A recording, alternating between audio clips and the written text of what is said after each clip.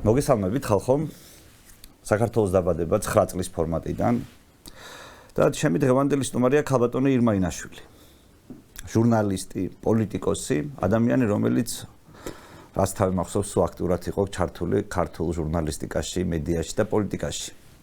ჩვენი დღევანდელი საუბარი შეეხება 90-იანი წლების ქართულ ჟურნალისტიკას, პირველ რიგში და მერე პოლიტიკას, იმიტომ რომ ქალბატონი ირმა ამ პერიოდში გახდათ პირველი არხის ძალიან ცნობილი ჟურნალისტი, ხოლო შემდეგ სტუდია ობიექტივის დამფუძნებელი, მისი ჟურნალისტი და პოლიტიკოსი პატრიოტთა ალიანსიდან. დიდი მადლობა ქალბატონო ირმა, იმისთვის რომ ჩემი სტუმარი ხართ. დიდი მადლობა თქვენ, ვუყურებ თქვენს გადაცემებს და კარგია რომ მომეცა საშუალება მონაწილეობა მივიღო ამ პროექტში. მადლობა კვლავ იმისთვის რომ ჩემი სტუმარი ხართ. შორიდან დავიწყებთ თქვენთან საუბარს. რამ გადაგაწყვეტინათ შავბნელ 90-იანებში ჟურნალისტის პროფესიის არჩევა? და როგორი იყო პირველი ნაბიჯები, როგორი არის პირველი ნაბიჯები იმ უშუქობაში, უგაზობაში, არეულობაში დამწყები ჟურნალისტის?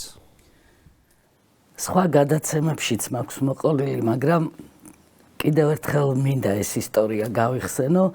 ჩემთვის მაგალითი იყო ნაზი შამანაური, რომელიც 80-იან წლებში ვნახე ჩარგალში და ეს იყო აი სიფრიფანა გოგო, რომელიც იმ საბჭოთა რეჟიმის პირობებში მოულოდნელად უცბად ავიდა სცენაზე. მთელი კომუნისტური პარტიის შემადგენლობა ესწრებოდა ამ ვაჟაობის დღესასწაულს და ნაზი გამოვიდა ძალიან გზნებარე სიტყვით. და ჩემზე ამ სიტყვამ და ნაზის გამოსვლამ დატოვა ძალიან დიდი შთაბეჭდილება. და მერე უკვე ნელ-ნელა რომ დავიწყე ნაზის შესახებ ინფორმაციის შეგროვება და ვკითხულობდი ვინ იყო, აღმოვაჩინე რომ ნათესავები ვართ, ჩვენ დედამისი სარა ინაშვილი ნათესავია ჩემი და ბევრი რამ გავიგე ნაზის შესახებ, რომ ის იყო ძალიან ნიჭიერი ადამიანი, ბრწყინვალედ ფლობდა ფრანგულს, თარგმნიდა, ჰქონდა ეს თარგმანები და იყო ძალიან გაბედული ადამიანი. ამას უკვე გავიგებ მე მოგვიანებით, როდესაც გამოქვეყნდა უკვე ზვიად გამსახურდიას ძალისხმევით ნაზი შამანაურის დღიურები. მანამდე, საბჭოთა პერიოდი იყო, მე პატარა ვიყავი, სადღაც 12 წლის, როდესაც ვნახე ნაზი შამანაური ჩარგალში, დამრჩა ეს დიდი შთაბეჭდილება და მაგალითი იყო ჩემთვის. მინდოდა რომ მეც ყოფილიყავი ასეთი მამაცი და გაბედული. ავირჩიე აი სწორედ ნაზიდან გამომდინარე ტელეჟურნალისტის პროფესია. კი 90-იანი წლები იყო ძალიან მძიმე პერიოდი, შავბნელი პერიოდი რომ იტყვიან და ჩვენთვის უნივერსიტეტის ეს კედლები იყო სინათლე, მზის სხივი იმ სიბნელეში. სადაც ჩვენ ნელ-ნელა ვეცნობოდით რა არის ჟურნალისტიკა. დღევანდელობისგან განსხვავებით, სადაც ჩვენ ხედავთ ჟურნალისტთა სრულიად ახალ ფენას, რომელიც გამოირჩევა ადამიანებისადმი სისასტიკით, დაუნდობლობით. ძალიან ბევრი მაგალითი, აი მე საკუთარი თავიდან გამომდინარე შემიძლია გავიხსენო, რა სისასტიკით ეპყრობა ჟურნალისტი რესპონდენტს. და ჩვენ ამას არ გვასწავლიდნენ. ჩვენ გვასწავლიდნენ, რომ ჟურნალისტს უნდა უყვარდეს ადამიანი, უყვარდეს რესპონდენტი, ესმოდეს მისი განწყობა, გახსნას რესპონდენტი, ალაპარაკოს, ნდობა დაიმსახუროს რესპონდენტის და აი ამ სიყვარულით გავიზარდეთ ჩვენ და ქართული ჟურნალისტიკის საფუძვლებს ეყრდნობოდა ჩვენი ცოდნა, ილია ჭავჭავაძის პუბლიცისტურ წერილებს და მთელი ამბები. მაგრამ იმ პერიოდში დაიწყო ძალიან მძიმე წლები, გახსოვთ თქვენ, პირველად გაიფიცა უნივერსიტეტი, გავედით სტუდენტები დავითგარეჯში, პოლიგონის წინააღმდეგ იყო გამოსვლები და უკვე დავსხედით ჯდომარე აქცია იყო და ციკლი მთელი საპროტესტო აქციების 80-იანი წლების ბოლოა, ეროვნული განმათავისუფლებელი მოძრაობა იწყება, ჩვენ ვართ ანთებული ამ ჩვენი ეროვნული მოძრაობის ლიდერებით, ზვიად გამსახურდია მერაბ კოსტავა, ეს როგორც სინათლის სვეტი ისე იყო ეს ორი ადამიანი ჩვენი თაობისთვის, ახალგაზრდა სტუდენტებისთვის და მერე უკვე აი მაგ პერიოდში პირველად სანდრო მამასახლისმა ჩვენ გვიკითხავდა ფოტოჟურნალისტიკაში ლექციებს, გვითხრა რომ მოდი დავიწყოთ ფოტო გადაღება და ქრონიკები გადაიღეთ, რას ხედავთ თქვენ, როგორ ხედავთ ამ პროცესებს და მე არ მქონდა სამწუხაროდ ჩემი ფოტოაპარატი, მე გიამბობთ როგორ დავიმსახურე ეს ფოტოაპარატი და მეგობარმა მათხოვა და ვიღებდი ქრონიკებს. ეროვნულ განმათავისუფლებელი მოძრაობის მთელი ეს ქრონიკა გადავიღე როგორც სტუდენტმა. აი ამის მერე კიდე რომ გადავხტეთ, მძიმე პერიოდს დაემთხვა ჩემი თაობის ტელეჟურნალისტების განსაკუთრებით აფხაზეთის ომის კონტექსტში. აი დაიწყო აფხაზეთის ომი. მანამდე ცხინვალის მოვლენები იყო. და ფოტოაპარატის ისტორია მინდა გიამბოთ. მე მყავდა არაჩვეულებრივი ბებია. ისევე როგორც თქვენც და ყველას. ბებიები როგორც წესი არაჩვეულებრივები არიან. ვინც ახლა გვისმენს და ერთშენიერ დღეს ბებია ჩემმა შეაგროვა პენსია და იყიდა ფოტოაპარატი ზენიტი. და მაშინ ეს საკმაოდ ძვირი ფოტოაპარატი იყო და დადო მაგიდაზე. და ფირებიც უყიდია და ეს ფირებიც დადო მაგიდაზე. ჩემი ძმაც გარდაიცვალა ჩემი ძმა რამდენიმე წლის წინ, ისიც ჟურნალისტი იყო, ჩემს უკანა კურსზე სწავლობდა და ელოდება ახლა ბებია ჩემი, როდის მივაქცევთ ყურადღებას მე დაკოტე ამ ფოტოაპარატს. და არ მიგვიქცევია ყურადღება და ერთშენია დღეს გვეუბნება. მე ეს ფოტოაპარატი რო შემეძინა, შევაგროვე რამდენიმე თვის პენსიაო და თქვენ რა ჟურნალისტები იქნებით მომავალში? ყურადღებას არ აქცევთ ამ ფოტოაპარატს და ეხლა აიღეთ ეს ფოტოაპარატი, ცხინვალში მთელი ამბები ხდება, ჩადით ისიც გადაიღეთ და იცოდეთ იქ რა მოხდება და მერე კიდე ეს ფოტოაპარატი მე აფხაზეთის ომშიც ძალიან გამომადგა. აი ასე ბებია ჩემის რო იტყვიან ინიციატივით და ის რომ მიგვაქცევინა ყურადღება რა ჟურნალისტი ხარ მართლა შენ თუ ყველა ეს ეპიზოდი არ გაიარე რაც შენი ქვეყნის ცხოვრებაში ხდება და გავიარე მე ეს ეპიზოდები ცხინვალიდან დაწყებული სადაც ძალიან ძიმე იყო ეს პროცესები ქართველებსა და ოსებს შორის ეს არ უნდა მომხდარიყო არანაირად და ძიმე იყო როგორც გასააზრებლად, ისე აღსაქმელად, იმიტომ რომ იქ დაჭრილის გამოყვანა, როცა პირველი დაჭრილები არ არის ადვილი, ძიმდება დაჭრილი ადამიანი და გამომიყვანია მე დაჭრილები წინა ხაზიდან და ეს ძალიან ძიმე გასააზრებელია განსაკუთრებით ახალგაზრდა ადამიანისთვის, რომელიც არის 20-21 წლის და მისთვის ეხლა იწყება ცხოვრება. აი ამის მერე უკვე ბებია ჩემის ნაყიდი ფოტოაპარატი ძალიან გამომადგა აფხაზეთის ომშიც და სულ ჩემთან იყო განუყრელად. ნუ იქ უკვე ვიდეო კამერით ვაფიქსირებდით ჩვენ რაც ხდებოდა არა მარტო ფრონტის ხაზზე მიმდინარე პროცესებს, არამედ როგორ ცხოვრობდა ხალხი სოხუმში, ოჩამჩირეში, გალში, რა განსაცდელი იყო ომი ჩვენი ქვეყნისთვის და უნდა ითქვას, რომ სხვა ჟურნალისტებთან ერთად მე ხომ მარტო არ ყოფილვარ, იქ იყო მთელი პლეიადა საოცარი ქართველი ჟურნალისტების, სამხედრო ჟურნალისტების, ჩემი კადრებიც ინახება ოქროს ფონდში, აფხაზეთის ომში გადაღებული კადრები. ეს ემთხვევა სტუდენტობას, ჩვენ სტუდენტობას, ხომ?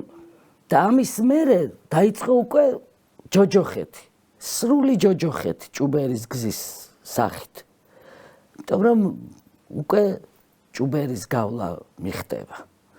თქვენც გიწევთ ჭუბერზე გამოვლა? რა თქმა უნდა და ეს იყო ერთ-ერთი მძიმე ეპიზოდი.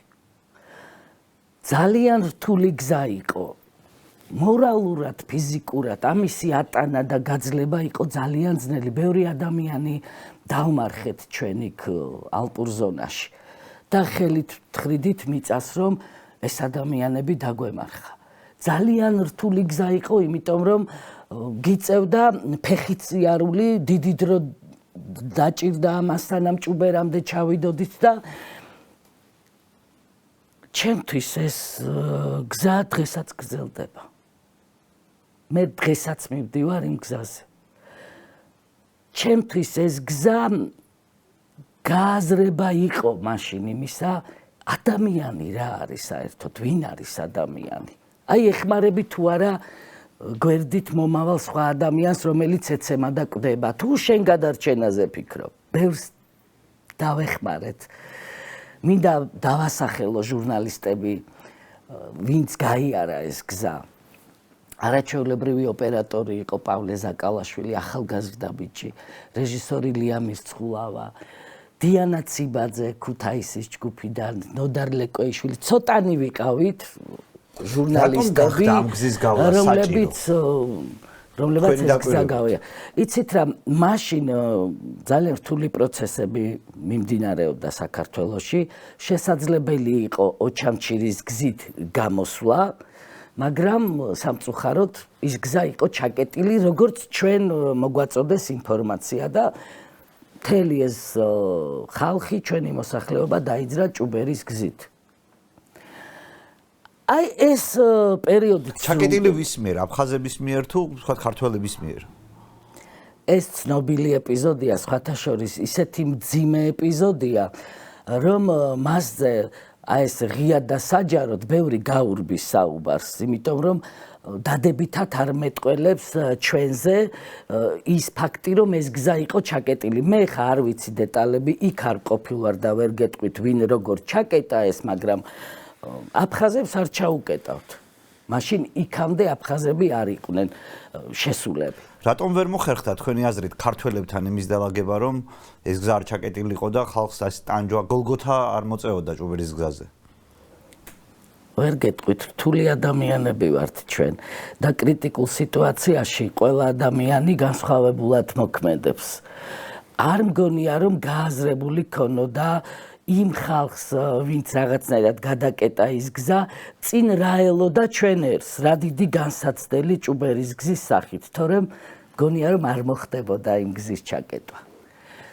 ეს დიდი განსაცდელი, კიდევ ერთხელ მინდა ვთქვა, გრძელდება დღესაც ჩემთვის. მოტივი რა იყო? ყველაფერი შეიძლება გავამართლოთ ადამიანები, მით რომ მათ არ იცოდნენ მათი შესაძლო შედეგი. მოტივი ხო რაღაც არსებობდა. მოტივი რა შეიძლება ყოფილიყო? ვერ გეტყვით, იმიტომ რომ მე ხო არა ვარ ის ადამიანები და არც იქ არ ყოფილვარ და რა გარემოებები იყო ეს, რატომ მოხდა, სიტუაციურად რატომ მიიღეს ასეთი გადაწყვეტილება, ვინ მიიღო, ჩემთვის ეს უცნობია. ჭუბერის გზაზე ზოგადად ბევრი რამე გაუგია ქართულ საზოგადოებას, გაუგია როგორც გმირობის მაგალითები. ასევე ბევრი ინფორმაცია არსებობს პირიქით აქმედებებთან დაკავშირებით, ანტიგმირობებთან დაკავშირებით. აი მე ეს ნაწილი მაინტერესებს, ისტორიამ ორივე უნდა იცოდეს, როგორც გმირობის ისტორია, ისევე ანტიგმირების ისტორია, რომ მეორეჯერ იგივე არ დაგვემართოს. ამ გზაზე ყველაზე დიდი დანაშაული რა იყო? რაც თქვენი აზრით ქართველმა ქართველის წინააღმდეგ ჩაიდინა? მე მაინც პოზიტიურ მაგალითებზე ვისაუბრებდით, იმიტომ რომ აი ეს გმირობის მაგალითები გაცილებით მეტი იყო იმ გზაზე, ვიდრე რაზეც თქვენ გსურთ აქცენტირება, აი ესეთი. არა, მე ორივეზე მსურს აქცენტირება. მაშინ სიმართლე მინდა გავიგო. გმირობაზე ვილაპარაკოთ, იმიტომ რომ იქ გამოჩნდა ურთიერთსიყვარული. ჩვენი ერის ურთიერთსიყვარული, ურთიერთთანადგომა, ურთიერთდახმარება, ძალიან დიდი განსაცდელი ჟამს აი ეს დახრილი ამ თოვლიან გზაზე მომავალი ხალხი ერთმანეთს იცავდა, აძლიერებდა. გადავარჩინეთ ბავშვები, ბევრი ბავშვი გაყინვას და ბევრ ადამიანს შეუნარჩუნეთ. ჩვენ ჟურნალისტებმა, მე პირადად ასევე გადამირჩენი ადამიანები იქ. აი ეს არის მოსაყოლი. ეს უნდა ესმოდეს ახალ თაობას და ამ მაგალითებზე უნდა გავზარდოთ. აფხაზეთის ომშიც უამრავი მაგალითი იყო გმირობის. და ძალიან სამწუხაროა, რომ ეს გმირობის მაგალითები არ არის ასახული სათანადოდ არც თანამედროვე სახელმძღვანელოებში, არც სამწუხაროდ დოკუმენტური წიგნი და წიგნები არ შექმნილა რამდენიმე გამონაკლისის გარდა ამ გმირობის მაგალითებზე. აი, როდესაც ჩვენ პატრიოტიზმზე ვლაპარაკობთ, ეს ხომ არ არის მარტო ბრტყელი სიტყვები. პატრიოტიზმია ის, როდესაც გულიკო გოდოლაძე, ახალგაზრდა დოკუმენტალისტი, ჩემი მეგობარი, რომელიც მთელ ომს იღებდა აფხაზეთის ომის, მთელ სვლელობას. ტრაგიკულად აფეთქდა 500 კილოგრამიან ბომბზე აჩადარაში 93 წლის 14 მარტს ჟურნალისტების დიდი ჯგუფი აფეთქდა მაშინ ბომბზე, იღებდნენ ამას, ასევე გამნაღველები იყვნენ იქ და ეს არის გმირობის მაგალითი, როდესაც საკუთარი პროფესიული მოვალეობის შესრულებას შეწირავ შენ სიცოცხლეს. მაგრამ მოდი აბა გადავხედოთ ახლა თანამედროვეობის გადასახედიდან, ჩვენი შვილების გადასახედიდან ამ თავგანწირვას. როგორ აფასებს ჩვენი თანამედროვეობა ამას და სახელმწიფოს როგორ აქვს შეფასებული გმირების სიცოცხლე? ვეტერანის დახმარება 100 ლარია სულ. აი ასე აფასებს სახელმწიფო ვეტერანის სიცოცხლეს, თავდადებას, წვლილს, რომელიც მან შეიტანა ქვეყნის ცხოვრებაში. ჩემმა ერთ-ერთმა სტუმარმა მითხრა, რომ სახელმწიფოსო მოგებული ომის გმირებიც არ აინტერესებს და წაგებული ომის გმირები მით უმეტესო და სულ ფიქრობ ამაზე. და ორივე შემთხვევაში მართალია. სამწუხაროდ და მარტო ჩვენ სახელმწიფოს ეს არ ეხება, როგორც წესი. როდესაც შენ ურცხვად ინიშნავ ხელფას 16,000 ლარს, ეხლა მე ვლაპარაკობ კობახიძეზე და მის პოლიტიკურ ჯგუფზე, როდესაც შენ ამბობ, რომ ჩვენ კიდე უნდა გავიზარდოთ ხელფასი და დანამატები და პრემიები და აი ამ ფონზე არავის არ ახსოვს არც გულიკო გოდოლაძე, არც გიორგი პოპიაშვილი, არც საშკა კარაპეტოვი, აი ჟურნალისტების ჯგუფი, რომლებიც იქ დაიღუპნენ. არც მათი ოჯახები როგორ ცხოვრობენ, ეს არავის არ ახსოვს და არ აინტერესებს. ამიტომაც არის, რომ დღეს ახალი თაობა უფრო პრაგმატულად უდგება სამწუხაროდ იმ მომენტს, როდესაც შენი სამშობლო უნდა დაიცვა. და მე შემხედრია ბევრი ახალგაზრდა, რომელიც მეუბნება, რომ აი თქვენ რო იყავით ომში და თქვენი მეგობრები რომ ომში დაიღუპნენ. მერე რა, იმათი ოჯახები ვის ახსოვს? და პირიქით უნდა იყოს. სახელმწიფოს ეს სამშობლოსათვის თავდადება, ვეტერანის ღვაწლი, ომის მონაწილის ღვაწლი ყველაზე მაღალ სტანდარტში უნდა კონდეს წარმოდგენილიც და განხორციელებულიც. გეთანხმებით. რა ხდება თბილისში დაბრუნების შემდეგ? რა არის შეცვლილი დედაქალაქში წაგებული ომის და მათ შორის ფაქტობრივად აი შიდა დაპირისპირების შემდეგ? პირველად, როდესაც აი ამ ცხინვალის მოვლენებს ვაშუქებდი და ჩამოვედი თბილისში, მანქანიდან ესეთი ორხიდიანი სამხედრო მანქანა იყო და პირდაპირ დიდუბის მეტროსთან ჩამოგვსვეს. შემხვდა ჩემი მეზობელი და მე მინდა რომ ეს ყველაფერი გაუზიარო, იქ რა ხდება, რა დიდი უბედურება ხდება, როგორ მივედით აქამდე, ბევრი საჭიროებები იყო კიდევ რაც ჭირდებოდა იქ ადამიანებს დახმარება და აი ეს უზიარებ ამას და ეს ახალგაზრდა კაცი მიყურებს და მეუბნება, მე ეხა ჩამოვედი თურქეთიდანო, ტყავის ქურთუკები ძალიან კარგად იყიდებაო. კიდე იქ რაღაცა დავშალეთო, ქარხნები დაიშალაო, დანადგარები მიგვაქო, ძალიან კარგი ბაზარიაო თურქეთში. მე მივხვდი, რომ სხვა სამყაროდან ჩამოვედი სრულიად განსხვავებულ სამყაროში. მე როდესაც მივედი სახლში, იქაც მეზობლები, წრე თვითონ ადამიანები მთელ თბილისში ყველა ლაპარაკობდა, დავშალოთ, გავყიდოთ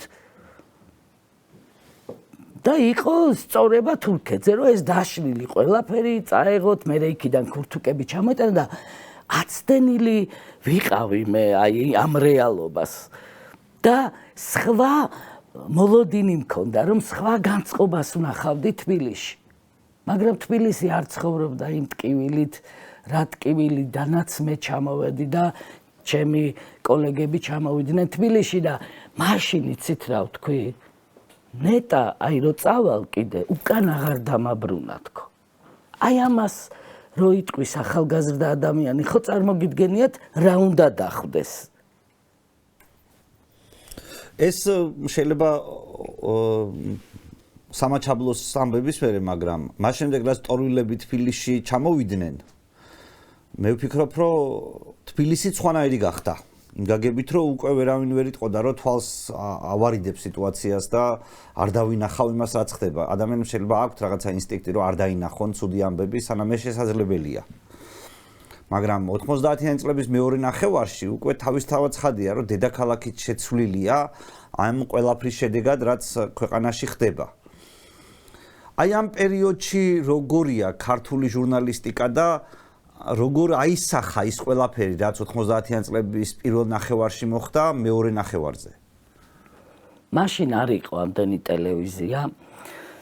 იყო სახელმწიფო ტელევიზიის პირველი მეორე არხი, ძირითადად მთელი პლეიადა ჩემი თაობის ჟურნალისტებისა სახელმწიფო არხმა გამოზარდა, სახელმწიფო ტელევიზიის პირველმა და მეორე არხმა, რადიოებმა ასევე და დაიწყო მეორე ეტაპი უკვე. როდესაც მე ტელევიზიაში, სახელმწიფო ტელევიზიაში დავიწყე მუშაობა და საბედნიეროდ მომეცა მე საშუალება რომ მე მუშავა პოლიტიკურ გადაცემებზე.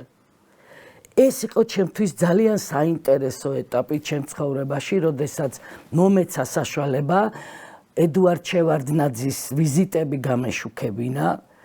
მაშინ პირველად იღებოდა კარი ევროსაბჭოსკენ, ნატოს მიმართულებით. აი მე ერთ-ერთი ჟურნალისტი ვარ, რომელიც ამ პროცესებს აშუქებდა და იმ ნატოს კარის შეღებაში ევროსაბჭოს წევრები რომ ხდებით, აი ამ ყველაფერს აშუქებდა ჩვენი ჯგუფი, პუბლიცისტიკის ჯგუფი, ეს ყველა იცოდა ტელევიზიის პირველ არხზე, რომელიც ძალიან სწრაფად რეაგირებდა მოვლენებზე, ოპერატიულად მუშაობდა, იმიტომ რომ მაშინ არ იყო ინტერნეტი მოგეხსენება და როდესაც საერთაშორისო ვიზიტს აშუქებდი, სწრაფად უნდა დაგემონტაჟებინა, ტექნიკურად ეს ხდებოდა სხვაგვარად, არა ციფრული მოდელით და აი ამას ძალიან სწრაფად და ოპერატიულად და მაღალ პროფესიულ დონეზე აკეთებდა მთელი ჩვენი ჯგუფი, მაგრამ აი ეს პერიოდი ჩემთვის პოლიტიკური თვალსაზრისით იყო საინტერესო, იმიტომ რომ მე მომეცა უნიკალური საშუალება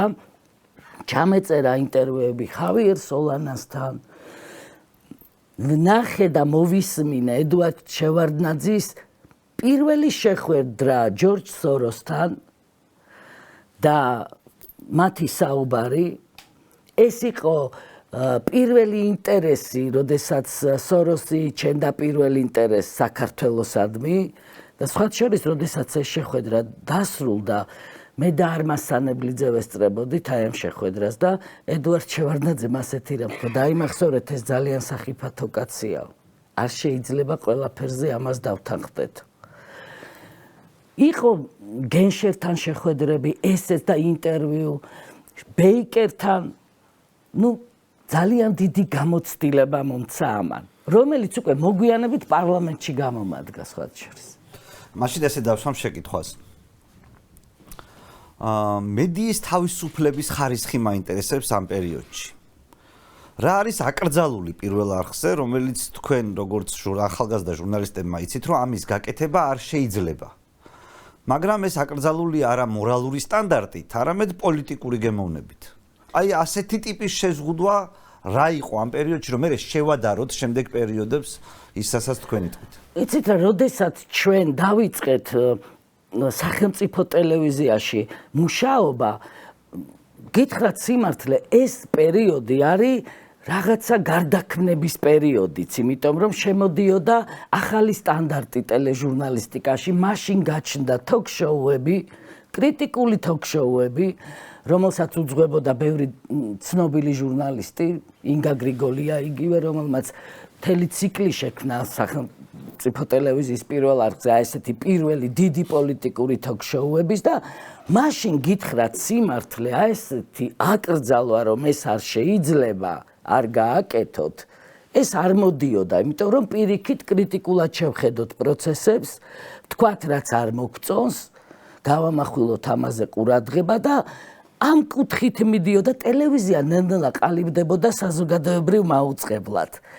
ეს გარდაქმნის პროცესი მიდიოდა და ამას ზაზა შენგელია უძღვებოდა, სხვათა შორის კარგად უძღვებოდა ზაზა ამ პროცესს, ძალიან რთული წლები გავიარეთ ერთად და გამოცდილების მიღების თვალსაზრისით იყო მნიშვნელოვანი ეს პერიოდი. აი მე ვარდების რევოლუცია მოხდა უკვე.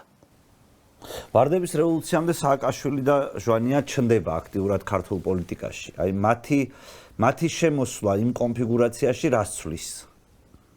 და ზოგადად რითი განსხვავდება შევარდნაძის რეფორმისტული ფრთა დანარჩენი ფრთებისგან? იცით, ჟურნალისტიკაში მაშინ მაგ პერიოდში, აი როდესაც სააკაშვილი და ჟვანია შემოვიდა პოლიტიკაში, ერთ-ერთი მძიმე პერიოდი იყო, იმიტომ რომ მაშინ დაიწყო ჟურნალისტების გაყოფა და ხარისხების პროცესი. ვინ რა მხარეს იჭერდა? და გახსოვთ, თქვენ იყო გადაცემა ესეთი 60 წუთი რუსთავი 2-ზე, რომელიც იყო ანტიჟურნალისტიკა, აი შემიძლია ეს ვთქვა, იმიტომ რომ თითქოს დააშუქებდა რაღაც კორუფციულ თემებს და პრობლემებს და ამ დროს სპობდა და ანადგურებდა ადამიანებს. ეხლა რაც ამ პროექტმა გაუკეთა ვალერი ასათიანს, აი ამ 60 წუთმა, ეს იყო მაგალითი იმისა, როგორ უნდა მოკლა ჟურნალისტმა ადამიანი, იმიტომ რომ დააბრალეს 1000 სისულელე, ტყუილი. შემდეგ უკვე სასამართლომ გაამართლა ვალერი ასათიანი, მაშინდელი კულტურის მინისტრი, მაგრამ რა მნიშვნელობა ქონდა ამ გამართლებას, უკვე დააზიანა ეს ადამიანი ამ პროექტზე. ეს იყო დაკვეთა, დავალება, რასაც სხვა შორის აი ეს ჯგუფი რეფორმატორებისა ძალიან აქტიურად იყენებდა ამ ხერხს. ეს ხო ცნობილი მეთოდია 60 წუთი, ეს ხო არ არის ქართული ფორმატი, ანუ თქვენ ამბობთ ისინი ყულს ამბობდნენ? რა მნიშვნელობა აქვს რო არ არის ქართული ფორმატი, ამერიკულ ფორმატს იყენებდნენ იმისთვის, რომ დაეზიანებინათ მიზანმიმართულად ადამიანები და ამას აკეთებდნენ. აი ესე ემზადებოდნენ. არ არსებობს ლეგიტიმური მიზანი ჟურნალისტის, რომ მაგალითად ამხილოს უმსგავსობა. მე კონკრეტულად არ შევდივარ იმ გადაცემის შინაარსში, ამ წუთას სწორი იყო თუ არა სწორი იყო. უბრალოდ თქვენ როგორც ჟურნალისტი ასეთი ტიპის გადაცემებს მიიჩნევთ დაუშვებლად თუ მათი მუშაობის ხარისხით ხართ უკმაყოფილებული? ეს არის ანტიჟურნალისტიკა, როდესაც შენ ადამიანს წამებ ცილს ურცხვად, ულახავ რეპუტაციას. ამას აკეთებ მიზანმიმართულად, რასაც ეს აკაკი გოგიჩაიშვილი აკეთებდა, ეს არის ანტიჟურნალისტიკა, ეს არ არის გამოძიება ჟურნალისტური, რომელსაც ძალიან მაღალი სტანდარტი ჭირდება და ჭირდება ფაქტები, მტკიცებულებები და ასე შემდეგ. და ესენი უბრალოდ ანადგურებდნენ ადამიანებს და სპობდნენ, რეპუტაციულად ანგრევდნენ და ადამიანებს ფიზიკურადაც ანადგურებდნენ, იმიტომ რომ ბევრს ძალიან უჭირდა ამისი გადატანა მაშინ. ეს ციკლი იყო მიზანმიმართულად დაკვეთილი გადაცემების ციკლი. შევარდნაძის ხელისუფლების წარმომადგენლების წინააღმდეგ და საქმე იმაშია, რომ ის ხელისუფლება შევარდნაძის დროინდელი ჩინოვნიკები ამ გადასახედიდან ბევრად პატიოსნად გამოიყურებიან, ჩემი აზრით, ვიდრე უკვე შემდეგ სააკაშვილის და გნებავთ დღევანდელი ჩინოვნიკები.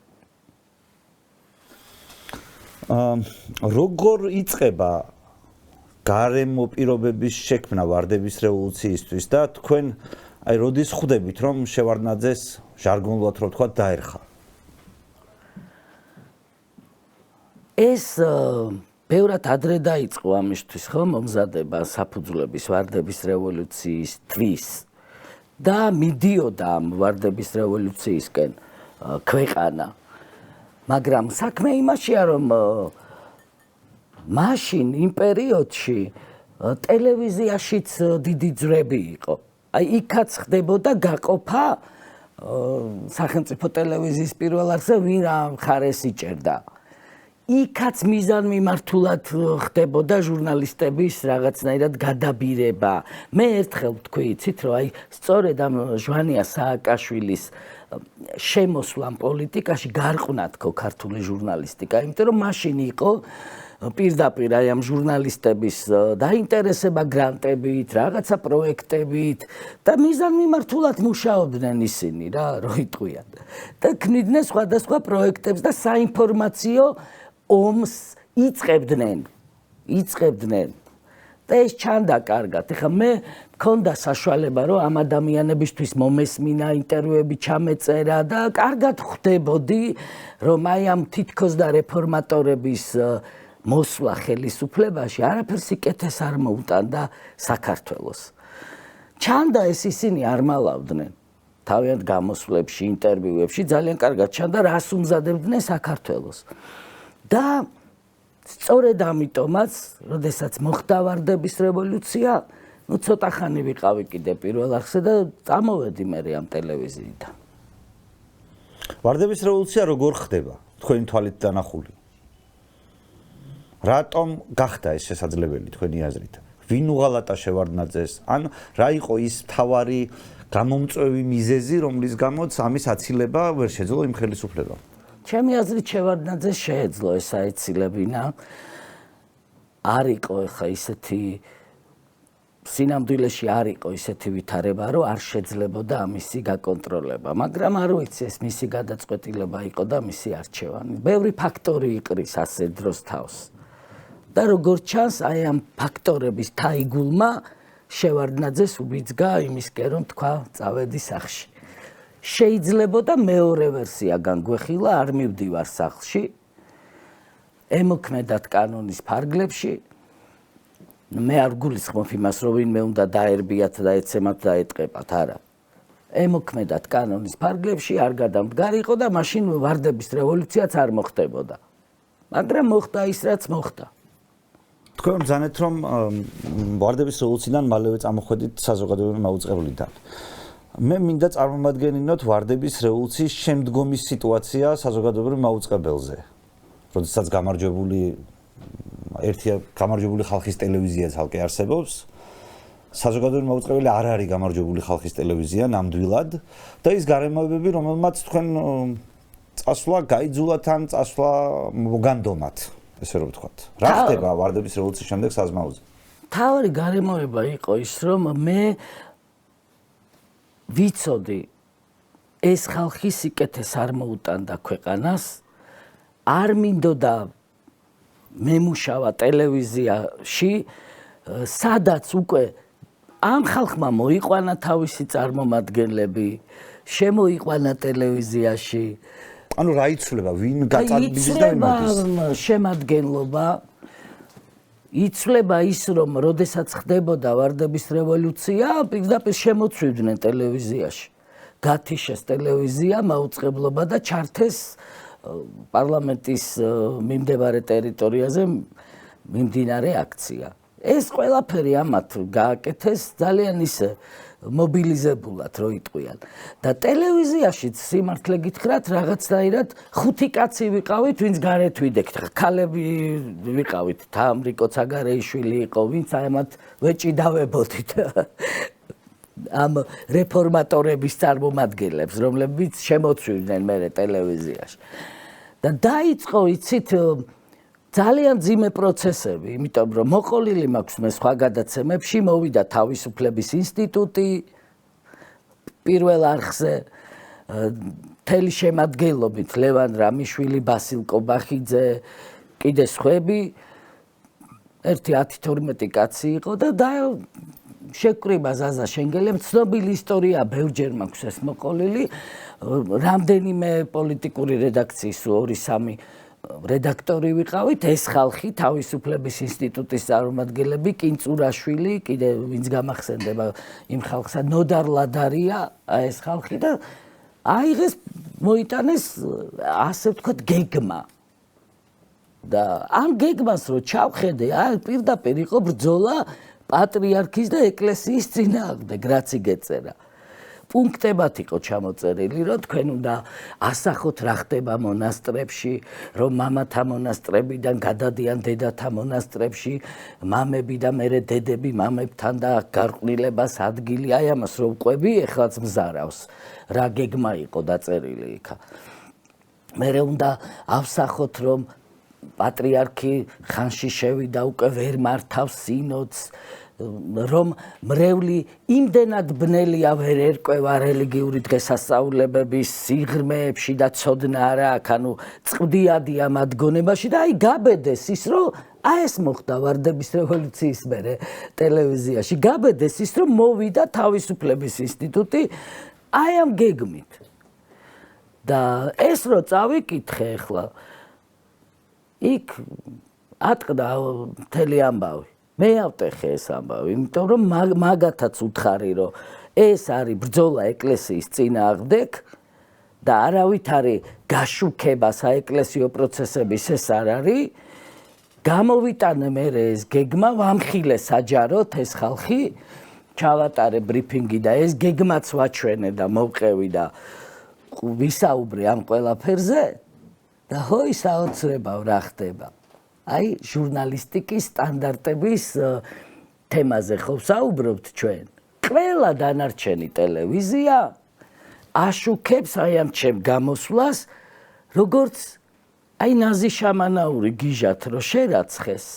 ჩემზეც ესე წამყვანი ტელევიზიები, იმედი, ის რუსთავი 2, სხვა ტელევიზიები აცხადებენ, რომ გიჟია. აი გამოვიდა ლევან რამიშვილი და სხვები და ამბობენ, რომ არ ქონდა ესეთ რამეს ადგილი, არ იყო. არ ხდებოდა, არაფერი მსგავსი არ მომხდარა. და მინდა აი გავიხსენო საგანგებოდ ეს პერიოდი, როდესაც ესეთი ძალიან მძიმე პერიოდი დადგა, ვამხილე ეს სისაძაგლე. ყველა ტელევიზია ჩემ წინააღმდეგ არის. გამოდის რომ მარტო ხარ დარჩენილი. და ამ დროს ისმის ზარი საპატრიარქოდან და მეუბნებია რომ პატრიარქი გელოდება. და აი როგორც ვიყავი ჯინსებით, ისე განერვიულებული, დადარდიანებული, შეწუხებული, მივდივარ საპატრიარქოში. და იღება კარი და თურმე პატრიარქს აქვს შეხვედრა აი მაშინდელ ვარდების რევოლუციონერ ჩინოვნიკებთან. უკვე რომ მინისტრები არიან და ესენი და ისინი და დაკავებული რო აქ თანამდებობები და სავსეა ეს დარბაზი.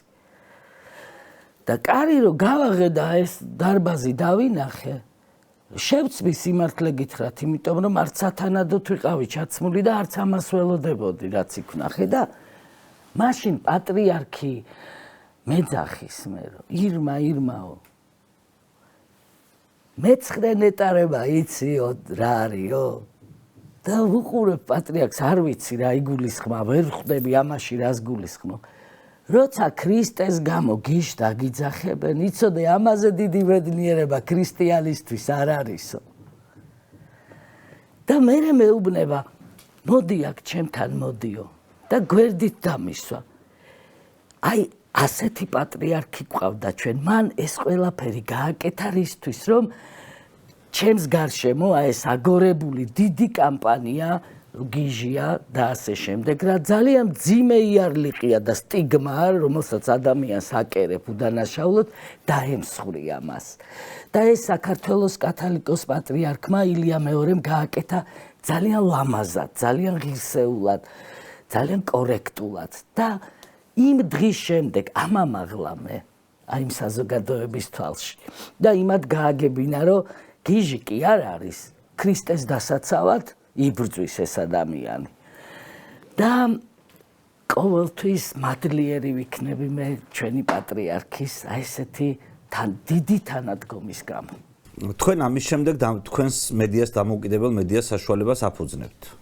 საზოგადოებას ხშირად გაუგია ზოგადად იმის შესახებ, რომ მიხეილ სააკაშვილის მმართველობის პერიოდში მედია საშუალებებს ებრძოდნენ, აუქმებდნენ, ართმევდნენ ლიცენზიებს და ასე შემდეგ.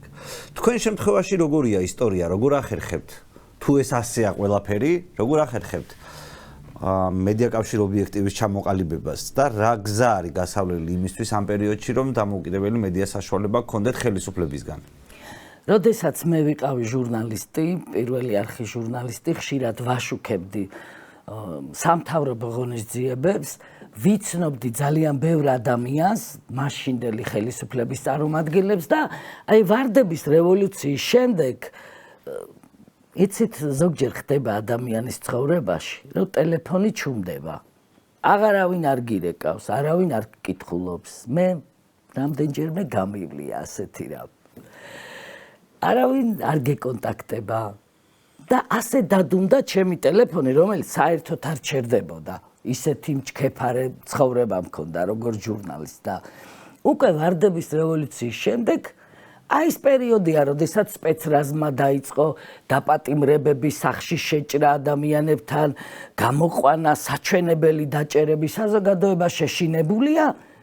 გაისმა ზარი, არის დავით თარხანმოურავი, რომელიც მომიკითხა და მეუბნება, რომ შევხვდეთ რაღაცა საქმე მაქვსო. ხვდებით მე და დათო და მეუბნება, რომ ამ ყველაფერს უნდა გაუწიოთ წინააღმდეგობა და ყავსო ჟურნალისტების ის ჯგუფი, რომ შევქმნათ ორგანიზაცია და დავიწყოთ რაღაცნაირად ბრძოლა ამ ყველაფრის. უკვე ჩანდა რა, რასაც აპირებდა ეს ხალხი.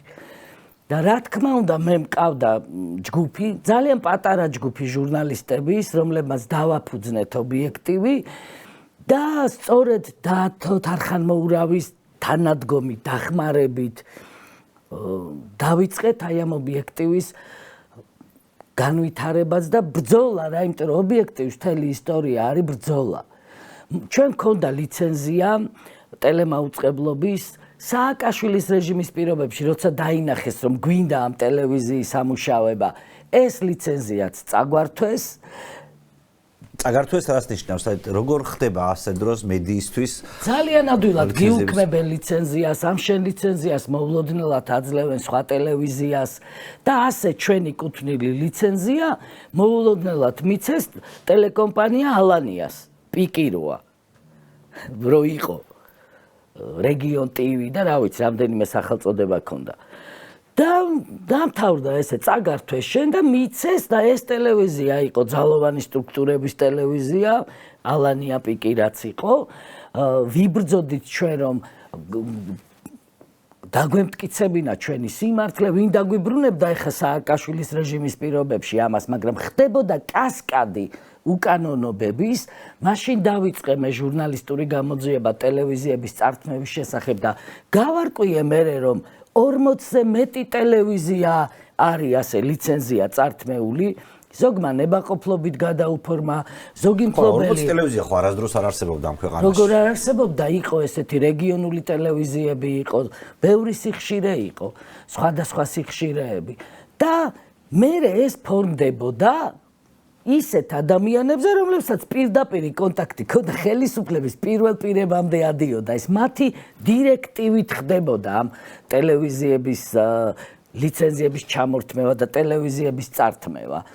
დიმიტრი ქიტოშვილი იყო მარეგულირებელი კომისიის თავმჯდომარე და ეს კაცი პირდაპირ იყო დაკავებული იმით, რომ ტელევიზიებს ართმევდა ხალხს. ადეიშვილ, მერაბიშვილ, სააკაშვილის დავალებით. ამის თაობაზე მერე უკვე ოცნების პერიოდში საგამოძიებო კომისია შეიქმნა და ჩვენებები აქვს მიცემული ხალხს, ტელევიზიების მფლობელებს. და მეც გამოვედი იმ საგამოძიებო კომისიაზე და ობიექტივის ლიცენზიის წართმევის თემაზე ვილაპარაკე. მაგრამ პირველები ვიყავით ჩვენ ობიექტივი და მე ვიყავი, რომელმაც ეს გამოძიება ჩაატარა. ვინ ართმევდა, როგორ ართმევდა, რატომ ართმევდა და რა ხდებოდა და იცით რა არის, ძალიან ძნელი არის 2004 წელს რო წაგართმევენ ლიცენზიას და შენ არეალს წაგართმევენ. ეხლა ტელეჟურნალისტმა სად უნდა იმუშაო, სად უნდა განახორციელო შენი პროფესია, ხო? ტელევიზიაში ეს თუ არა გაქვს, რა უნდა გააკეთო მაშინ შენ? და წარმოიდგინეთ, რამდენი წელი დაჭირდა ამ ბრძოლას? 2004-დან 2013 წელს დავიბრუნეთ ლიცენზია და მე ამ გამოძიებით დავით თარხანმოურავი, მისი კონტაქტები გამოვიყენეთ და ვიყენებდით ხშირად დავით თარხანმოურავის კონტაქტებს ბრიუსელში, პარიზში, ვაშინგტონში და ჩაგქონდა ეს და ვაცნობდით ჩვენ საერთაშორისო პარტნიორებს, აი ეს ხდება საქართველოში. მაგრამ სააკაშვილის ლობისტებიც კარგად მუშაობდნენ იქ და მაშინ არავინ არ იჯერებდა, არ გიჯერებდათ, რომ იქ არ არის დემოკრატია საქართველოში. და პირიქით იყო ესეთი აზრი დამკვიდრებული, რომ ახალგაზრდა რეფორმატორები აყვავებენ ქვეყანას და არის დემოკრატია და მთელი ამბები. ბადრი პატარკაციშვილს არ უცდია თქვენთან ურთიერთობა, იმიტომ ვიცი, რომ საზოგადოებრივ მაუწყებლიდან ჟურნალისტები მასთანაც გადავიდნენ ოპოზიციურ ტელეკომპანია იმედში. არა, მე ბადრი პატარკაციშვილს არც პირადად ვიცნობდი და არავით არის შეხება მასთან არ მქონია, როცა ჩვენ წაგვართვეს ეს ლიცენზია და ალანია გავიდა ამაზე, მაშინ ძალიან სახიფათო იყო ხა ამ თემებზე მაშინ ლაპარაკი და საჯაროდ გამოსვლა და ამ ყველაფრის მოყოლა. მაგრამ ვიბრძოდი, გამოვდიოდი, აქციებს მართავდით იმ ტელეკომპანია ალანიასთან, ვამხილეთ მთელი ის შემადგენლობა, ვინც ეს ტელევიზია წაგვართვა. და დღეს მოდი, აბა დღევანდელობის გადასახედიდან გადავხედოთ ერთი. მე და ჩვენ ჟურნალისტებს, ჩვენი სიცოცხლის 10 წლეული წაგვართვეს. 2004 წლიდან 13 წლამდე. სანამ ლიცენზიას და ჩვენი პროფესიული საქმიანობა წაგვართვეს. ჩვენი ქონება წაგვართვეს კუთვნილი და დღეს დიმიტრი ქიტოშვილი სად არის? გადასარევად ცხოვრობს იმით შეცვლილი, შვენივრად ცხოვრობს თბილისში, ბიზნესიც აქვს. გადასარევად უძღვება ამ თავის ბიზნესებს. არავის მისთვის პასუხი არ მოუთხოვია ამ დანაშაულებების გამო. და რა მე მესმის გავიგე ბოლოს და ბოლოს ჩემი ცხოვრების ამ 55 წლის მანძილზე ეხლა გავიგე რომ ვაცნობიერებ ყველაფერს რომ დედამიწაზე არ არის სამართალი. არ არსებობს მიწაზე სამართალი ესეთი რამ. უსამართლობების კასკადია. აი ესეთი მაგალითი კიდევ ერთი არის 2009 წლის 15 ივნისის დარბევა. პატარა აქცია იყო, ცოტანი ვიყავით და თბილისის პოლიციის სამმართველოსთან ყველა მხრიდან გამოვარდა ზონდერთა ჯგუფები, ქცემეს, დაგვლეწეს, ხერხემალი, ყველაფერი დამტრეული მაქვს მე. ხელი გატეხილი მაქვს, მყესია გაწყვეტილი, ხერხემალი დაზიანებული მაქვს, ორივე ფეხი დაზიანებული მაქვს. მიზეზი რა იყო? ცემა. არა, მიზეზი ცემის. ხელკეტებით, არ ვიცი, აგურით, ქვით, ყველაფრით გვცემდნენ და ყველაფერს გვირტყამდნენ. და წარმოიდგინეთ, მიზეზი არ ჭირდებოდათ იმათ, მიზეზი იყო, რომ შევიკრიბეთ ჩვენ, ვითხოვდით დაკავებულების გათავისუფლება, სხვა აქტივისტები იყვნენ დაკავებული და ეს არ მოეწონათ იმ რეჟიმის წარმომადგენლებს და მოცვიდნენ და დაგვარბიეს. მაგრამ საქმე იმაშია, რომ ვინც დაგვარბია, ბასიშვილის დაჯგუფება იყო ასეთი გორი ქარები და კი ბადრი ბასიშვილის ის აკონტროლებდა ამ ზონდერ ჯგუფებს და ვიცოდით ჩვენ გამოვიძიეთ მერე რომ ეს ხალხია და მოდი ისევ აქეთ წამოვიდეთ აბა ჩვენს თანამედროვეობაში როცა პარლამენტში ვიყავი აი ეს ბატონი ბადრი ბასიშვილი ნაციონალური მოძრაობის სიით შემოვიდა პარლამენტში და ჩემ წინ იჯდა მისი სავარძელი იყო ზუსტად უყურებდი აი ესე. არ გიკითხავთ რამე ამ ძოლებთან დაკავშირებით? არ ესწრებოდა, იმიტომ რომ იცოდა რომ მე ვარ დარბაზში. და ამდენი ჭკუა ეყო რომ იმ სხდომებს არ დასწრებოდა. მაგრამ ეს ფაქტი ხომ მოხდა, ეხა წარმოიდგინე ზონდერ ჯგუფის ხელმძღვანელი და მსხვერპლი პარლამენტის დარბაზში ვისხედით ერთად, კაცო, ამაზე დიდი უსამართლობა, წარმოუდგენელი უსამართლობა რა გინდა. მაგრამ ეს იყო გამართლებული კოჰაბიტაციით. რო აი დასავლეთი გვავალებდაო, ხო, ამბობდნენ ეს ქართული ოცნების წარმომადგენლები, მერე ხო თქვენს როგორც იქნა, დასავლეთი გვავალებდა. და ჩემ თვალწინ ხდებოდა მათი ჟღურტული. მთელი იმ წლების განმავლობაში. ქართული ოცნების და ნაციონალური მოძრაობის. და ეს იყო, აი ძალიან ძნელია, როდესაც ადამიანი ამდენ ბრძოლას გაივლი.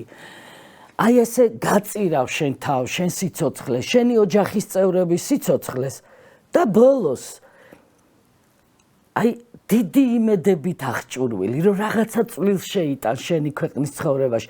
მე ამ იმედებით შევედი პარლამენტში, რომ რაღაცა წვლილს შევიტანთ.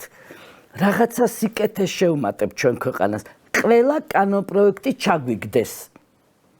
ეს უკვე ქართულმა ოცნებამ. ქართულმა ოცნებამ. მაგრამ აი მე ყველაფერს პობდნენ, ყველაფერს ანადგურებდნენ. მარტო თანამშრომლობდნენ ნაციონალურ მოძრაობასთან. რატომ თქვენი აზრით? იმიტომ რომ კომფორტული იყო მათთვის თანამშრომლობა მათთან.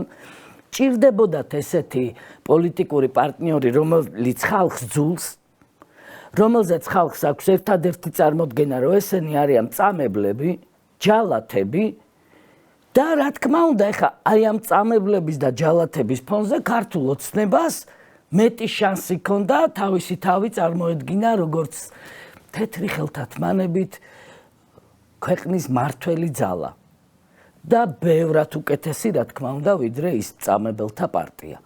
როგორ ასე მართა, აი რო არ ყოფილიყო ნაციონალური მოძრაობა, ვერ დარჩებოდნენ ესენი ხელისუფლებაში დიდი ხანი. აი ამ ალტერნატივას რო თავაზობდა ყოველთვის საზოგადოებას, რომ თუ ჩვენ არა, ისინი მოვლენ.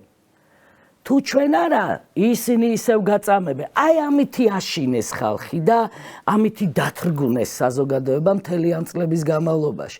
და ამას მაშინაც აკეთებდა, როცა უკვე ეს ნაციონალური მოძრაობა დაშლილია მარტივ მომრავლებად, ვინ სად არის გაფანტული, ვინ სად არის სხვა რაღაცა პარტიები შეიქმნა იმ ნაციონალური მოძრაობის ბაზაზე, მაგრამ მაინც იქით იშვერენ, რომ აი ჩვენ თუ არა, ისინი მათ ინტერესში არ შედის. ნაღდი ოპოზიცია იბადებოდეს ამ ქვეყანაში. ნაღდი ოპოზიცია იყოს მათი ოპონენტი. ამიტომ გვებრძოდნენ ჩვენ. და ამიტომ იყო მათი მიზანი, რომ ჩვენ საერთოდ პოლიტიკური ველიდან გავედევნეთ. მაგრამ სანამ ბრძოლას გამოგიცხადებენ, მანამდე ბიძინა ივანიშვილი თქვენთან პარტნიორობით იწყებს, როცა გამოჩნდება პოლიტიკაში. მე ასეთი ინფორმაცია მაქვს. და ეს როგორ ხდება? რას ცვლის ივანიშვილის გამოჩენა როგორც ქვეყანაში, ისე თქვენს პოლიტიკურ დღის წესრიგში? ან მედია დღის წესრიგში? ჩვენი პოლიტიკური პარტნიორი ბიძინა ივანიშვილი არ ყოფილა, იმიტომ რომ ჩვენ არ ვიყავით მაშინ პოლიტიკური პარტია, მას კოალიცია ჰქონდა შექმნილი და სხვა პარტიები იყვნენ იმ კოალიციაში წარმოდგენილი, მედია პარტნიორიც არ ყოფილა. მახსოვს მაშინ მე ყველა ტელევიზიას თუ არ ვწდები და თუ არ მეშლება რაღაცა მილიონი ლარი აჩუქეს. თქვენს არა? არა, ობიექტივისთვის არავის არაფერი უჩუქებია არასდროს. და ამის შემდეგ ობიექტივის მდგომარეობა არ შეცვლილა არანაირად სასიკეთოდ, რომ ტელევიზია განვითარებული იყო, რაღაცნაირად შეგვექმნა სხვადასხვა პროექტები. მე ბევრი იდეა მქონდა ტელევიზიის განვითარების კუთხით. და სულ არ იყო ჩემი მიზანი, თქვათ პოლიტიკაში წავსულიყავი, მქონდა გეგმა, რომ ტელევიზიის საქმიანობა ამეწყო კარგად, მაგრამ ვერ განვახორციელეთ ეს, იმიტომ რომ როგორც ვიყავით სააკაშვილის პერიოდში ბრძოლის წინახაზე, აღმოჩნდა, რომ ეხლაც ბრძოლაში ვართ. მას მერე რაც ქართული ოცნება მოვიდა ხელისუფლებაში, იმიტომ რომ ჩვენ არ შევეგუეთ კოჰაბიტაციას, რომელიც მათ გამოაცხადეს. აი ეს იყო ჩვენ შორის ჩატეხა ყველაფრის. ისინი ამ კოჰაბიტაციას რქებით აწვებოდნენ და ჩვენ ვამბობდით, რომ არ გვიბრძოლია იმისთვის, რომ კოჰაბიტაცია მოახვია ჩვენ ხალხს თავზე. ანუ თუ სწორად გავიგე, თქვენ ამბობთ, რომ თქვენს და ქართულ ოცნებას შორის ურთიერთობის გაუარესების მთავარი მიზეზი იყო, რომ ისინი ნაცებს კეთილად ეპყრობოდნენ და თქვენ უფრო კრიტიკული იყავით ამ თვალსაზრისით? აქ კეთილმოპყრობაზე ხო არ არის? აქ არის ძალიან ღრმა პროცესზე, პოლიტიკურ პროცესზე საუბარი და ღალატზე. მე პირდაპირ ვიტყოდი ამას, იმიტომ რომ ეს ქართველი ხალხის ინტერესების და ნების ღალატი იყო, რაც ოცნებამ ჩაიდინა. მაშინვე აი წლებში, როცა მოვიდა ხელისუფლებაში და თქვა, რომ უნდა დავლაგდეთ, უნდა ვითანამშრომლოთ, კოჰაბიტაცია აუცილებელია. ქართულ ხალხს არ უნდოდა არანაირი კოჰაბიტაცია. და შედეგად რა მივიღეთ ჩვენ? დღეს ახლა რო გადახედო ქართული ოცნების შემადგენლობას, ქართული ოცნება არ არის ეს ახლა რაც არის. აღარ არის. მებრძოლი ადამიანები განდევნეს, ვისაც ბიოგრაფია ჰქონდა განდევნეს და 90% ნაციონალური მოძრაობის წარმომადგენლები არიან, ან სრულიად უბიოგრაფიო ადამიანები ქართულ ოცნებაში. და აქ იმაზე კი არ არის ლაპარაკი ვიღაცა ვიღაცის მიმართ კეთილგანწყობილი იყო თუ არა. როდესაც გამოდის შენი ქართული ოცნების თავარი პროკურორის მოადგილე ლაშა ნაცვლიშვილი იყო მაშინ და საჯაროდ ამბობს საჯარო სივრცეში რომ ჩვენო ბევრი ფაქტი გქონდაო სისხლის სამართლის საქმეებისო მაშინო მთელი ეს პარლამენტიო და მთელი ეს ნაციონალური მოძრაობა უნდა დაგვეპატიმრებინაო მაგრამ არ ვქენით ესო და მე მაშინვე გავაკეთე კომენტარი ამაზე და ვთქვი რომ დანაშაულის დაფარვა და გადარჩენა დამნაშავეების ასევე დანაშაულის კატეგორიაში გადის. ანუ შენ საჯაროდ ამბობ რომ ბევრი სისხლის სამართლის საქმე იყო და როგორც პროკურორმა არაფერი არ გააკეთე ამ ადამიანების დასასჯელად. მაშინ დღევანდელი ქართული ოცნება უნდა მოგწონდეთ, იმიტომ რომ როგორც ჩანს თქვენს აზრზე გადმოვიდნენ და ბრძოლა დაიწყეს. თუ აქაც მეშლება რამე. ვისთან დაიწყეს ბრძოლა? აი მათ შორის ჩვენთან ნამდვილად აგრძელებენ ბრძოლას მე ვლაპარაკობ კოჰაბიტაციის დამთავრებას გულისხმობ მათ მიერ გაცხადებულ პოზიციას. კოჰაბიტაცია უკვე შედგა ნაციონალური ოცნებაა დღეს. კობახიძის დიდი ძალისხმევის შედეგად ჩვენ მივიღეთ ნაციონალური ოცნება. ეხლა ვის უნდა ებრძოლონ? ჩვენთან ბრძოლას აგრძელებს ეს კონკრეტულად კობახიძის ჯგუფი და პერსონალურად კობახიძე. იცით რა, ძალიან ძნელია, რთულია ადამიანურად, როდესაც გაივლია ემხელა გზას. ძალიან რთულ გზას შენს ცხოვრებაში. და მერე ჰოპ, ვიღაცა კობახიძეს უცბად მოუნდება, რომ აგლაგმოს მოგსპოს, გაგაქროს. და მე ამას ჩემი ფანტაზიებიდან გამომდინარე კი არ ვამბობ. ბოლო 5 წელი, ბოლო 6 წელი ჩემს ცხოვრებაში, აი რომ გავიხსენოთ აფხაზეთის ომი, ჭუბერი, მერე ბრძოლა სააკაშვილის წინააღმდეგ, არასდროს მე არ გამჭირვებია ისე, როგორც აი ამ ბოლო 6 წლის მანძილზე. მორალურად, ფიზიკურად, პოლიტიკურად, ეკონომიკურად, ყველანაირად. იმიტომ რომ უკვე ჩაირთო მექანიზმი, რომ ესენი უნდა მოსპო და ეს კობახიძემ ჩართო ეს მექანიზმი. მე მითხრა ერთმა ჟურნალისტმა სხვათა შორის, რომ შევესწარიო მე ეს ხმამაღალ საუბარსო, როდესაც პარტია ქართული ოცნების ოფისში კობახიძე ამბობდა, რომ ინაშვილს მოსპოფო. და წავართმევო კომისიის წევრებს, მერე შევქმნი რაღაცა ჩინურ ვარიანტებს მისი პარტიისო, მთელი ჩვენი იდეოლოგია, ჩვენი თემები, ჩვენი მთავარი მესიჯები, გზავნილები რაც იყო, ყველაფერი წაიღო. არ მეთანხმებით ამაში? კი, მე გეთანხმებით, რომ წაიღეს. წაღებაში კი არ არის საქმე, ეს პოლიტიკა. მაგრამ თქვენ სიმღერას რო ხალხი მღერის მithვედებს თავრობაში ხო უნდა გიხაროდეთ? მაგას ვამბობ, ძალიან სასიხარულოა, მაგრამ ამას რო წაიღებ, შენ არავინ არ მოგცა იმისი უფლება, რომ პარტია, რომელსაც აი ესეთი დიდი მხარდაჭერა ქონდა და დღესაც აქვს, ესე დაისახო მიზნად, რომ ეს უნდა მოსპო. ეხა მე მოსპობაში რას გულისხმობ და განადგურებაში, იცით? კომისიის წევრების წართმევა არჩევნების დროს, ეს არ არის პატარა დარტყმა პარტიისთვის. ჩვენი ბრძოლით მოვიპოვეთ ეს. მე ირმა ინაშვილმა, დავით არხანმოურავმა, გიორგი ლომიამ, რომელმაც სიცოცხლე გაწირა მაშინ, როდესაც ციხის კადრები მოიპოვა და გავავრცელეთ მე. ციხის კადრების ისტორია მაინტერესებს. კი, ჩვენი ბრძოლით მოვიპოვეთ ეს და შენ ვინ მოგცა იმისი უფლება, რომ ეს მიზანი დაისახო, რომ ეს პარტია უნდა მოსპო. იმიტომ რომ არ მომწონს. ის პარტიები უნდა შევქმნა, დავაფინანსო, წავახალისო. ეს ვინ მოგცა ამისი უფლება? ხალხი წყვეტს და ხალხმა უნდა გადაწყვიტოს, ვის უჭერს მხარს და ვის არ უჭერს მხარს. იცით, აი ეს ბოროტება, ასეთი ბოროტებები დაუსჯელი არ რჩება ხოლმე და ეხა დიდი კელაპტრებით ხო დგანან ეკლესიებში საზეიმო წირვების დროს. უნდა ესმოდეს კობახიძეს, რომ აი ესეთი საქციელი ღმერთისგან ისჯება ადრე თუ გვიან. აი რელიგიურად თუ მიუდგებით, პოლიტიკურადაც ისჯებიან ხოლმე ესეთები შურისმაძიებელი ხალხი. გულში სიყვარული უნდა კონდეს პოლიტიკოს. თუ სიყვარული არა აქვს ხელისუფალს, ვერ აშენებს მოსიყვარულე ქვეყანას. თუ მარტო იმას გეუბნება, ნულოვანი თანაგრძნობა, ეს უნდა მოვსპოთ.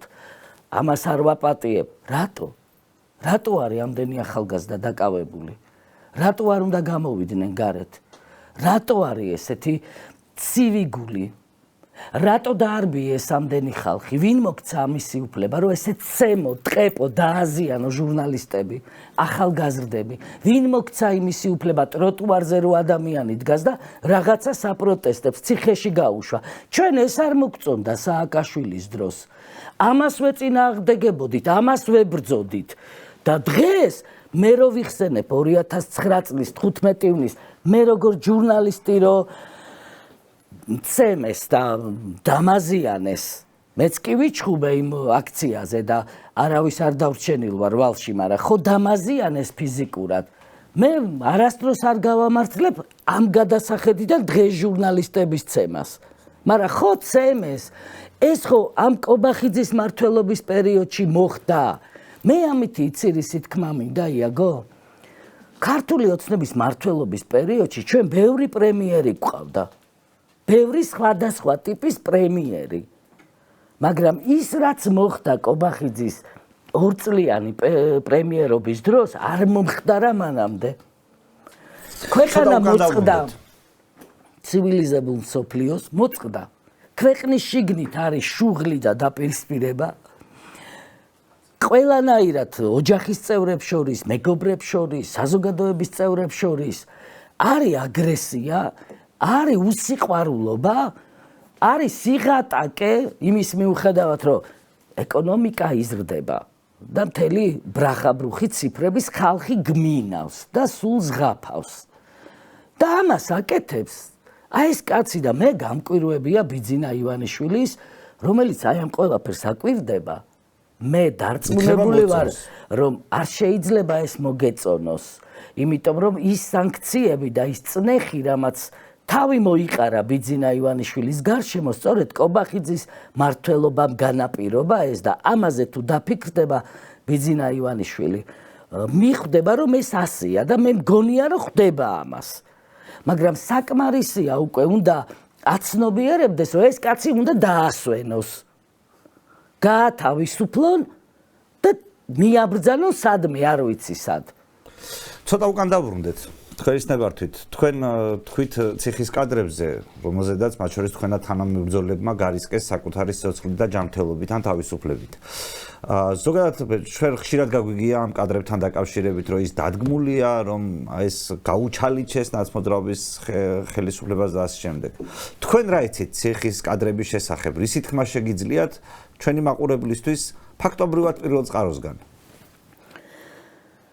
ვინც იმას ამბობს, რომ ეს დადგმულია, არ ვიცი, ხა იმას საერთოდ წარმოდგენა არ აქვს, რა არის პენიტენციური სისტემა, როგორ იმართება ეს სისტემა, რას ნიშნავს ზედამხედველი, პატიმარი და ასე შემდეგ. იმიტომ რომ ციხის სისტემაში ორი ზედამხედველიც კი ერთმანეთს აკონტროლებს. და მე წერენ ამის შესახებ სპეციალურ დასკვნებს. და მიაქვს თხემძღვანელობასთან. ანუ ყველას აკონტროლებს ციხის შიგნით, ციხის თანამშრომლები, იქნებიან მაყურებლები თუ ზევით კიდე სხვა ზედამხედველი თანამდებობის პირები და ესე რაღაცა დადგა ციხის პირობებში. ეს ნიშნავს, რომ არ გესმის რა სისტემაზე ლაპარაკობს საერთოდ. და ერთხელ ინტერვიუ ჰქონდა ზურაბ ბადეიშვილს და აი ამ დადგმულია თუ არაო, ამას ეკითხებოდნენ და დადგმულიც რომ იყოსო, ძალიან დიდი დანაშაული და პრობლემა ყოფილა მაშინ ჩვენ ციხეებშიო. ჭკვიანურად უპასუხა სხვათა შორის, იმიტომ რომ ესმის იმას რა არის ციხის სისტემა. როგორ შეიძლება საერთოდ დადგმაზე ვილაპარაკოთ ჩვენ, როდესაც ეხლა ჩვენ ვილაპარაკობთ პირველ კადრებზე. კადრების იმ ნაწილზე, სადაც დუბინკა ჩანს როგორ აუპატიურებენ. ხო ჩანს დუბინკით როგორ აუპატიურებენ ადამიანს. და ეს ცოცხი ფეხებს შუა ქონდა თუ ფეხებს გარდიგარდ მოქონდა. ეს ხო წამების ფორმა თუნდაც ესე როა. არა, თუ დადგმულია, შეიძლება ცვლის სიტუაციას. არა, როგორ უნდა დადგა ეს, მე არ ვიცი. მე იმ კადრებში ჩანს წამება, არასრულწლოვანების, ჩანს დუბინკით როგორ აუპატიურებენ ადამიანს და არ არის აქცენტირება იმ ცოცხის ის კადრი რა რა როგორ ხდება ასეთი მეუბნება. კადრების გადაღება?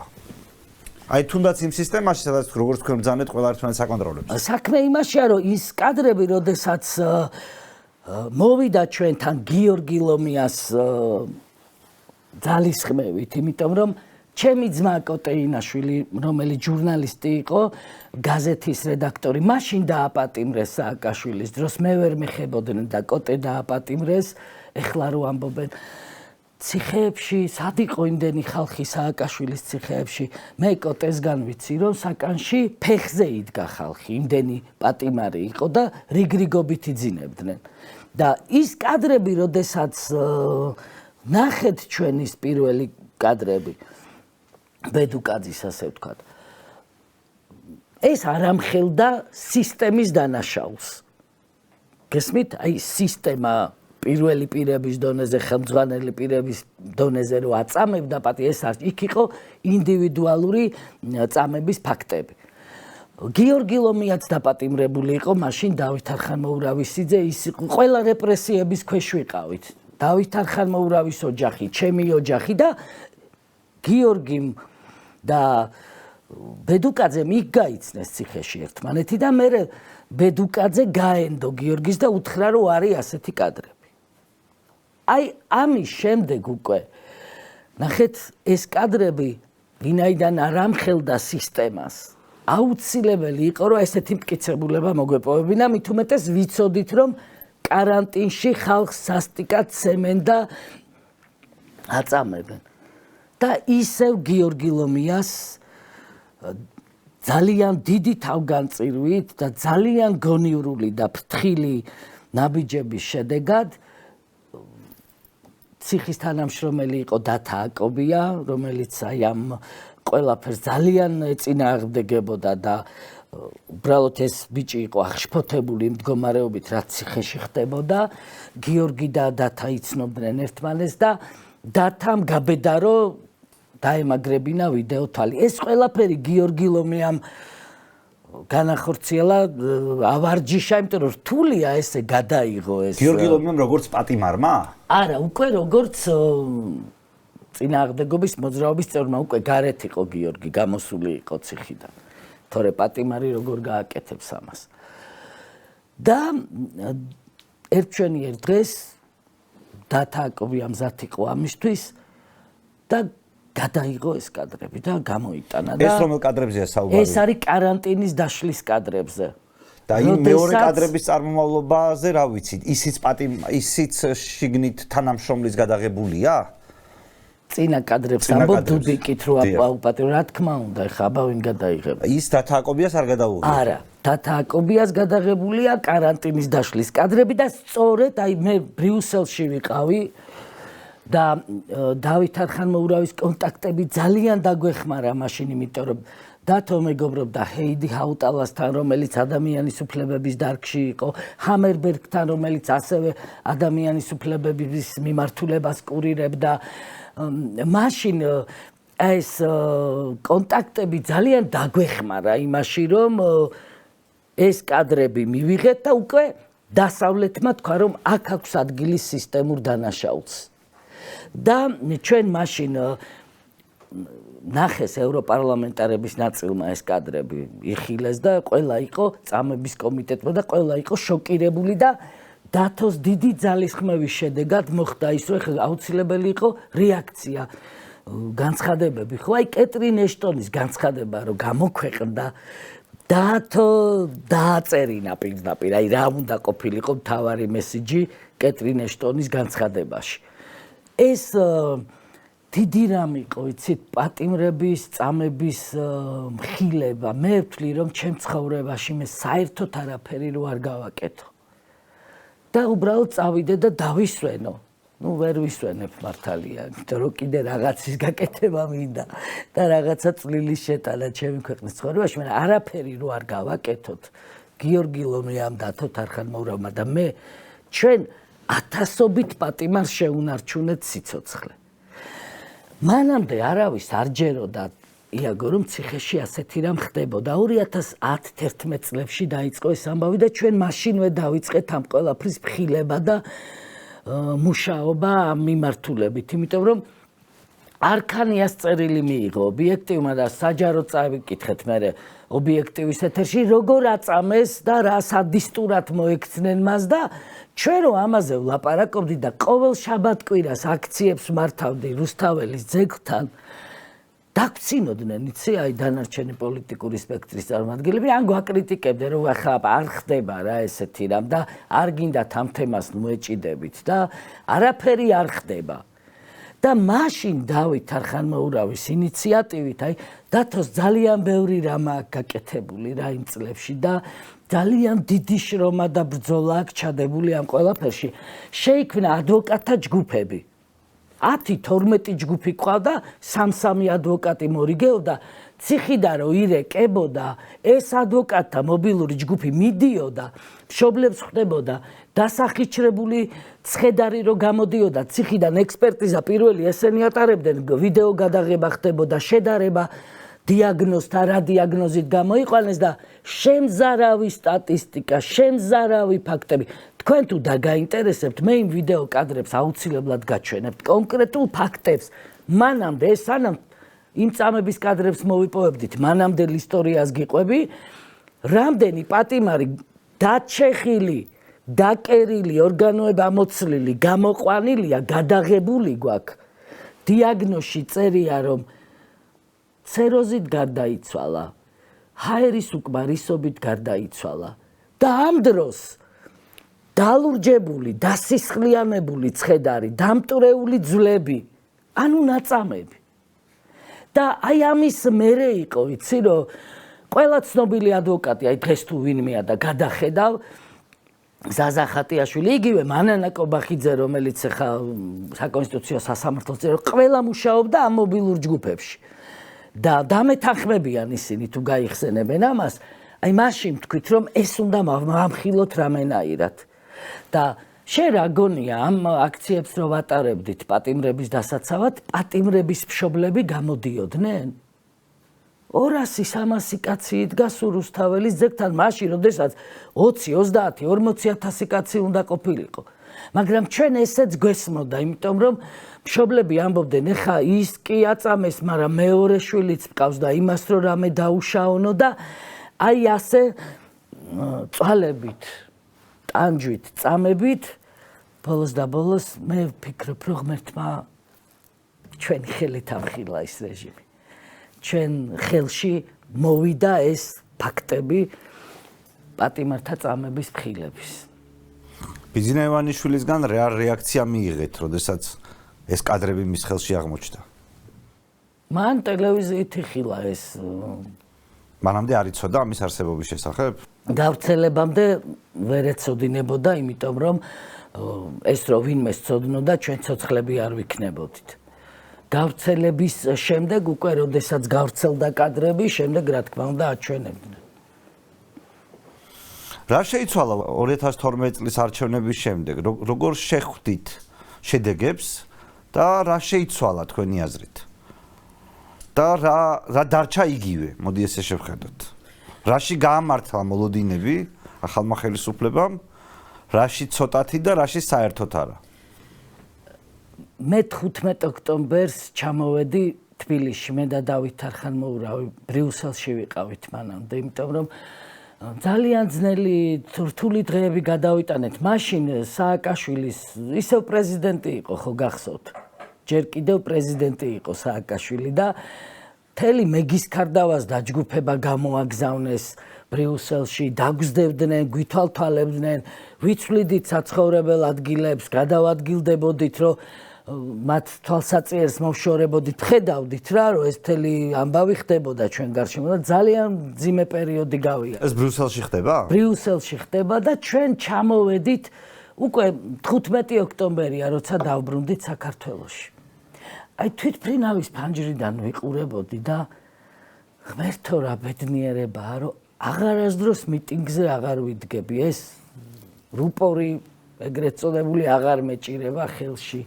დავისვენებთ, კარგ ტელევიზიას შევქმნით, აღარ იქნება ეს ამდენი წნეხი, რეჟიმი, შეშინება, მოკლა და უბედურება. თურმე რას ფიქრობ? რა გულუბრყვილო ხარ? თურმე სად მოდიხარ? ქვეყანაში, სადაც ძალიან ცოტა ხანში ისევ მოგიწევს და მომიწია აქციებზე გასვლა, საპროტესტო აქციებს. ჩვენ ერთ-ერთი ის პარტია ვართ, რომელმაც უპრეცედენტო რაოდენობის საპროტესტო აქციები ჩაატარა ამ ქვეყანაში. ჩვენ ორ კვირაში ერთხელ გქონდა მასშტაბური მრავალათასიანი აქცია. ვავსებდით სპორტის სასახლეებს, იმიტომ რომ თვლადია რამდენი ადამიანი ზის და მე არჩევნებზე არ ეთქვა ჩვენთვის რომ ეს ხალხი არ გიჭერდათ მხარს და არ ქონდათ მხარდაჭერა რაღაც სისულელეებს რომ ბოდავდნენ და არჩევნების გაყალბებას რომ ამართლებდნენ წლების მანძილზე და აი ჩამოვედით იმ ქვეყანაში ახსილი იმედებით და დამხვდა კოჰაბიტაცია და მე ძალიან ბევრი მძიმე რამ დამხვდა და ეხლა სადაც ვართ ჩვენ განსაკუთრებით ეს ბოლო პერიოდი, როდესაც ჯაშუშების თემამ წამოიწია, ხო? აი სააკაშვილის პერიოდშიც ეს ჯაშუშების თემა ბოლო პერიოდში აი რაღაც ბერკეტი იყო, ან რაღაცა სხვა თემების გადასაფარად, ან არასასურველი პირების გასანადგურებლად, იმიტომ რომ ვახტანგ მაისაია არავისი და არავითარი ჯაშუში არ ყოფილა. მაგრამ ჯაშუშობის მუხლით იყო, ხო, გასამართლებული. ასევე დღესაც. ანუ აი ამ კოჰაბიტაციამ რა მოიტანა, იცით? ის ნაციონალური მოძრაობის ყლორტები, რომლებიც შევიდნენ და შეეზარდნენ ქართულ ოცნებას, იგივე საკეთებენ ახლა. აი ეს არ მომწონს ჯაშუშია. ეს არ მომწონს ჯაშუშია. სხვათა შორის აი ამ ჯაშუშობის თემა ძალიან აშინებს საზოგადოებას, აბრკოლებს საზოგადოებას, აჩერებს. მით უმეტეს ედება გრიფით საიდუმლო. საიდუმლოობის გრიფს რომ ადევ კიდევ, ეს ნიშნავს რომ ადამიანს თავის მართლების საშუალებას არ აძლევ. არ აძლევ უფლებას რომ მოვუსმინოთ, რას ამბობს ეს კაცი, კაცო, შენ რო ადანაშაულებ სამშობლოს ღალატში, ჯაშუშობაში ადამიანს უფლება არ უნდა კონდეს იმას, რომ ნაწილობრივ მაინც გახსნა ის ხდომა და რაღაცა გაგვაგებინოს. მაგრამ არა, ეს იგივე სტილში მიდის ახლა ყველაფერი, რაც სააკაშვილის დროს ხდებოდა. აი ავიღოთ გულბაათ ფრცხილაძის მაგალითი, ძალიან ისეთი ნათელი მაგალითია. ადამიანი, რომელიც საჯარო საქმიანობას ახლა რა ჯაშუში უნდა იყოს, ჯაშუშის მთავარი კრიტერიუმი არის ფარულად უნდა მოქმედებდეს და ხელი უნდა მიუწვდებოდეს ძალიან მნიშვნელოვან საიდუმლო ინფორმაციაზე. ეხლა გულბაათ ფრცხილაძეს რომელ სახელმწიფო საიდუმლო ინფორმაციაზე მიუწვდებოდა, ეს ხო სასაცილოა უბრალოდ, ხო? და ახლა რომ წარმოვიდგინოთ რომ მიუწვდებოდა, მაშინ სხვა პრობლემის წინაშე ვდგებით. რაც ჩემთვის ასევე დაუჯერებელია, რომ გულბაათ ფრცხილაძეს ყავდა მთელი კლასი წყაროებისა სახელმწიფო სტრუქტურებში, რომლებიც აწვდიდნენ მას ინფორმაციას, ამას გვეუბნებიან. თუ არა და ეხლა საჯარო ჯაშუში მე არ გამიგია. და ბევრი მასალა წამიკითხავს და დოკუმენტური ფილმები და ნაშრომებია და არც ერთ სახელმძღვანელოში არ წერია რომ ჯაშუში არის საჯარო პირი, ვინც ვლადიმერ პუტინს ღიად აქებს, მოწონს გულბაათ ფრცხილაძეს ვლადიმერ პუტინი და აქებდა საჯაროდ. რუსეთ-საქართველოს ურთიერთობების დალაგებისთვის იბრძოდა და რუსეთის სადმი სიმპათიით არის განწყობილი, ამასაც საჯაროდ აფიქსირებდა და ეხლა როდის იყო ჯაშუში იმ ქვეყნის პრეზიდენტს აქებდა და იმ ქვეყანას აქებდა, რომლის ჯაშუშიც არის, ეს ხო სისულელეა. ამიტომ არის ეს ჩემთვის დაუჯერებელი და საქმე იმაშია, რომ ეს რაზე არის გათვლილი? რაზეა ეს გათვლილი, ეს ყველაფერი? მე მგონია, რომ კიდე დააკავებენ ადამიანებს ამ მუხლით. 314 მუხლის პირველი ნაწილია, ხო? და იგივე გზა, რაც სააკაშვილი გადიოდა, იგივე გზას გადიან ესენი. და ეს გზა არ მეგვიყვანს სიკეთემდე. ამათაც არ მიიყვანს არანაირ სიკეთემდე. ქვეყანაში უნდა დამთავრდეს აი ჯაშუშომანია, აგენტომანია, რაღაცა იარლიყების მიკერება, ადამიანების მოსპობა და განადგურება ესე. უნდა გავაერთიანოთ ძალები ყველამ იმისათვის, რომ რაღაცა შევმატოთ საქართველოს. კი არ წარტაცოთ და დავშალოთ და დავაზიანოთ, შევმატოთ. აი მე ჩემი ენერგიის 80% რო დამეხარჯა იმ კეთილ იდეებზე, რაც მქონდა და მომცემოდა იმისი საშუალება, რომ ეს კეთილი აზრები განმეხორციელებინა, რატო დავკარგე მთელი ცხოვრების აემხელა ნაწილი პროტესტზე, ბრძოლაზე, ქუჩაში დგომაზე, პარლამენტში ვიყავი, ვიცე-სპიკერი ვიყავი და ნახევარი იმ პარლამენტში ყოფნის პერიოდიდან ქუჩაში გავატარე. ვაპროტესტებდი ამათ უკანონოებებს, იმ სამართლო მოსამართლეების თავიდან უვადოდ დანიშვნებს, რასაც არ ვეგუებოდით ჩვენ. ეხლა როგორ შეიძლება შევგუებოდი იმას, რომ ვინც გამოიტანა უამრავ ცნობილ საქმეზე განაჩენი, ისინიო მაშინ ცუდები იყვნენ, ეხლა კარგები არიანო, კობახიძემ რო თქვა, ინგა გრიგოლიას გადაცემაში. ანუ სხვა იდეოლოგია შემოიტანა საერთოდ და სხვა ხედვა, ხო? რომ არა უშავს. კარგები არიან ახლა და იქნებიან და მე აი ამას არ ვეგუებოდი და ამას ღიად ვებრძოდით პარლამენტში და ხა ამას ჭირდება მართვადი ოპოზიცია, მორჩილი ოპოზიცია, თავის მიერ შექმნილი, ამას გულისხმობ კობახიძეს. თავის მიერ შექმნილი ოპოზიცია, რომელსაც იმას ათქმევინებს, რაც მაგას უნდა. ზოგიერთს კრიტიკის უფლებასაც მიცემს, რომ აი ამ ფარგლებში მაკრიტიკე, მაგრამ იქით არ გადაკვეთავ წითელ ხაზებს. აი ხა დებატებიო რო იძახის, ხო? არ ვიცი, ყველა არხს მივწერე, ყველას უთხარი, მზად ვარ დებატებში მივიღო მონაწილეობა. ვერ მომიგებს კობახიძე დებატებში. აი ეხლაც ვამბობ, არავით არის გაზვიადებული წარმოდგენა არ მაქვს ჩემ თავზე, მაგრამ ვამბობ, სრულიად უცოდინარია ეკონომიკის სფეროშიც, პოლიტიკურ საკითხებშიც, სოციალურ საკითხებშიც ვერ მომიგებს, აი მე პირადად ვერ მომიგებს. ხა აღარ ვლაპარაკობ სხვებზე კიდე, ვისაც ასევე ვერც თქვენ ვერ გიგებთ სხვათა შორის იმ დებატებში, მე ძალიან ყურადღებით უყურებ ამას, მაგრამ აქ ერთი ფრაზა, არგუმენტები არ არის თურმე, არგუმენტები არავის არ აქვს და გვაქვს ეს არგუმენტები, ძალიან მყარი არგუმენტები გვაქვს. ბიოგრაფიებიც აგვაქვს მისგან განსხვავებით სოროსის ბუნაგში რო იყო დამალული მაშინ როცა ჩვენ ვიბრძოდით და თავს ვწირავდით და პრეტენზიაც აგვაქვს იცი რომ ეს ქვეყანა ჩვენს გვეკუთვნის იაგო და ამათ შექმნეს სხვა მოცემულობა რომ ჩვენი საკუთრება და არ არის ძმობილო და ძმაო შენი საკუთრება არ არის საქართველოს შენი საკუთრება ჩვენი ყველასი საკუთრება ჩვენი სამშობლო და არავინ არ მოგცა შენ იმისი უფლება, ეხლა კობახიძეს ველაპარაკები თქვენი ეთერიდან, რომ ან პოლიტიკური პროცესი შენ შექმნა და დაბადო პარტიები და სხვები მოსპო, ან რაღაცა ესეთი უაზრო სახელმწიფოს შენება გადაწყვიტო. ქალბატონებმა ჩვენ გადაცემა მაინც ნაკლებად არის კობახიძეზე, ამიტომ ჩვენ ბოლოსკენ რო წავიდეთ, ერთ შეკითხვას დავსვამ, რომელიც თქვენ შეჯამების საშუალებას მოგცემთ. თქვენ ფაქტობრივად სამი სხვადასხვა მთავრობის პირობებში იყავით აქტიური საჯარო ცხოვრებაში. ახლოდან გინახავთ პროცესები, რომელსაც ეს სამი სხვადასხვა მთავრობა სხვადასხვანაირად ახორციელებდა. 90-იანი, 2000-იანი და 2010-იანი წლების საქართველოში რა იყო უცვლელი, რომელიც სულ იყო როგორც პრობლემა და ვერასდროს ვერ გამოუასწორეთ და სად გვაქვს პროგრესი ან რეგრესი აი ამ თქვენი მრავალმხრივი გამოცდილებაზე დაკვირვებით. სამწუხაროდ ჩვენ თუ ავიღებთ სამივე ხელისუფლებას, პრობლემა გვაქვს იმაში, რომ ვერ თანხმდებით მთავარ საკითხებზე. და აი ამ მთავარ საკითხებს შორის არის ჩვენი ტერიტორიული მთლიანობის საკითხი. რა მიმართულებითაც არაფერი არ კეთდება სინამდვილეში, ჩვენ დღითი დღე ვკარგავთ სოხუმს და ცხინვალს. ეხლა ეს უნდა ვაღიაროთ.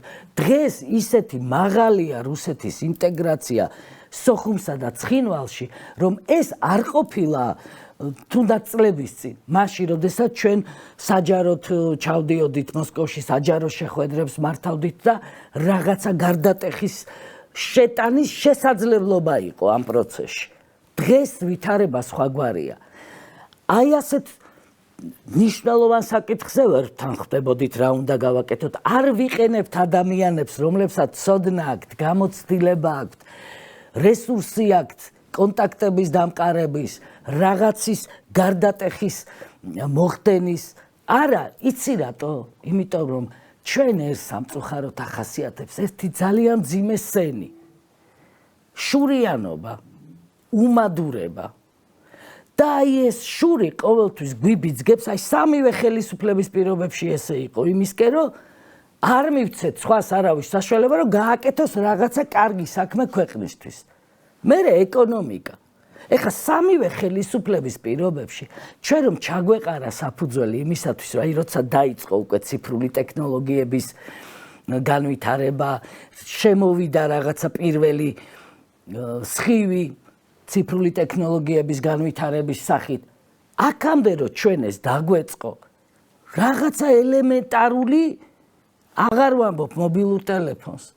ჩვენ არაფერს არ ვაწარმოებთ და არა გვაქვს ესეთი წარმოება, ფაბრიკა, ქარხნები და მთელი ამბები, მაგრამ მიზან მიმართულად გეზი უნდა ავიღოთ ციფრული ტექნოლოგიების განვითარების ბევრჯერ გვითქვამს ჩვენ. და უნდა შევძლოთ, რომ აი აქეთ ვიყოთ ძლიერები, მით უმეტეს ძალიან ნიჭიერი ხალხი ვართ ჩვენ მათემატიკაში და ჩვენ ახალგაზრდა თაობას შეუძლია არაერთი მაღალ კონკურენტული პროგრამა დაწეროს. ციფრულ პროგრამებზე ვლაპარაკობ მე. ქალბატონო, თქვენ ბრძანეთ, რომ მაშინო ხაზეთის თემა ახლა უფრო მეტად შორდებაო, ვიდრე მაშინო, როდესაც ჩვენო თუნდაც მოსკოვში ამასთან დაკავშირებით ლაპარაკობდითო. ეს კითხვა მე გამორჩებოდა, რომ არ გეხსენებიათ და კარგია რომ გამახსენეთ. მე მაინტერესებს იმ პერიოდში, როცა თქვენ მოსკოვში შეხვედრებს მართავდით, მათ მიმართ, რუსეთის მიმართ ჩვენს და რა დამოკიდებულება იყო? თქვენი შეხვედრის საუბარი რა იყო და რა შედეგს ელოდებოდით მათგან? ან რა პერსპექტივები ჩანდა, იმიტომ რომ საქართველოს საკმაოდ უცნაურია და მაშინაც უცნაურად ჩანდა ეს რაღაცნაირად, რომ იმ პერიოდში მოსკოვში რუსებს ელაპარაკო საქართველოს ტერიტორიულ მთლიანობაზე. თქვენ რა მიზანი გქონდათ და რა მიიღეთ იქიდან პასუხად? ნახეთ, აი ამ დელეგაციის შემადგენლობაში შედიოდა ერთადერთი აფხაზი დეპუტატი საქართველოს მაშინდელ მე-9 მოწვევის პარლამენტში ადამ არშანია. ჩვენ რა ხალხი ვართ საერთოდ წარმოიდგინე, ყავს აფხაზი დეპუტატი საქართველოს პარლამენტში. და არ ვიცი, ტერიტორიული მთლიანობის კომისია რო იყო. ადამ არშანიასთვის ვერ გაიმეტეს, რომ ყოფილიყო ამ კომისიის ხელმძღვანელი. ვერაფერი, ერთი სხდომა არ დაუთმო საქართველოს პარლამენტმა ჩვენი ტერიტორიული მთლიანობის აღდგენის საკითხს. დაეხურათ სხდომის ნაწილი, იმ დახურულ ფორმატში გვემსჯელა, რა კონცეფცია გვაქვს საერთოდ, რას ფიქრობთ ჩვენ, როგორ გვესახება ჩვენ სოხუმის და ცხინვალის ჩვენი ტერიტორიული მთლიანობის საკითხი. რა არის, რა მოდელებია, რა ვარიანტები არ უნდა გვემსჯელა აქამდე ამაზე? და მაშინ სხვათა შორის, როდესაც დაიწყო ჩვენმა დელეგაციამ რუსეთის დუმის დეპუტატებთან შეხვედრები, პირველად ჩამოაყალიბა რუსულმა მხარემ ძალიან კონკრეტული რამდენიმე საკითხი, რის შედეგადაც ვთქვათ შეიძლება დავიწყოთ რაღაცა ნაბიჯების გადადგმა. მე სამწუხაროდ არ შემიძლია დღესაც კი ბევრი საკითხი გავასაჯარო, რა დიდი შრომა ჩავდეთ ჩვენ სოხუმის და ცხინვალის მიმართულებით, რაც მერე ქართულმა ოცნებამ ძალზე დააზიანა და გააფუჭა ეს ყველაფერი. მაგრამ შრომა იყო ძალიან დიდი ჩადებული და მაშინ, აი, როდესაც პირობებზე ვლაპარაკობ, მე რუსულმა მხარემ თქვა, რომ აი ჩვენ არავითარი პრობლემა არ აგვაქვს, რომ საქართველოს ევროინტეგრაციის გზით მიდიოდეს, მაგრამ მინუს ნატო და ევროკავშირი და ეს ინტეგრაცია კი ბატონო, ამაზე საჯაროდ მიდიოდა საუბრები. საქართველოზე აი ეს წვრთნები არ უნდა იყოს, ცნობილი წვრთნები და მთელი ამბები, აი საკითხები იყო კონკრეტული. და შვეიცარიის ტიპის თქვენ რა შედეგს ელოდებოდით, ვთქვათ იმათგან, რომ აი კარგი შედეგი რა უნდა ყოფილიყო? კარგი შედეგი ის უნდა ყოფილიყო, რასაც ჩვენ ჩაუყარეთ საფუძველი, რომ დაწყებულიყო დაახლოვება სოხუმთან და ცხინვალთან. და არა ისეთი საბედისწერო დაშორება, რასაც დღეს აქვს ადგილი. ეს არ მოხდებოდა ეს ყველაფერი იმ გზით რო წავსულიყავით, რასაც ჩვენ შრომობდით სოხუმის და ცხინვალის მიმართულებით. ძალიან დიდი შრომა ჩავდე თამაში.